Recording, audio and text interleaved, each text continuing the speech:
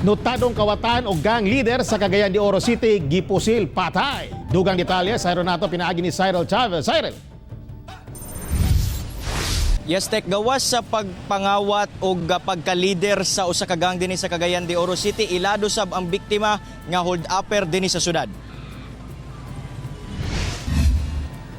Patay diha si Leonardo Kembo Jr., 22 anyos, residente sa Lazaro Agura, Lapasan, Cagayan de Oro City. Human gipusil sa wala may lang suspetsado sa Zone 1 Buwara, Bayabas sa Milibayng Kadlawon. Daling miresponde ang kapulisan sa crime scene. Apan, wala na kinabuhi ang biktima kinsa nakaangkon og upat ka igo sa bala. Sumala sa mga nakasaksi, aduna kunoy lalaking nakabonet og nagsulob og black sweatshirt. Ang kalit miduol sa biktima samtang natulog sa usa ka tricab og didto kini gipusil. Mga minor ang iyang suguon sa pagpangawat.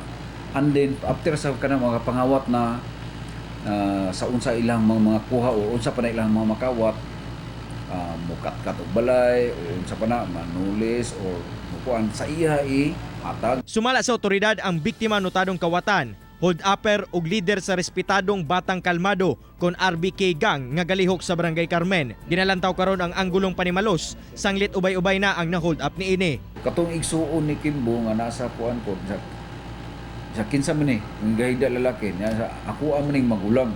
Ako man ang magulang. So wala na siya dang istorya sa gipon sila niya.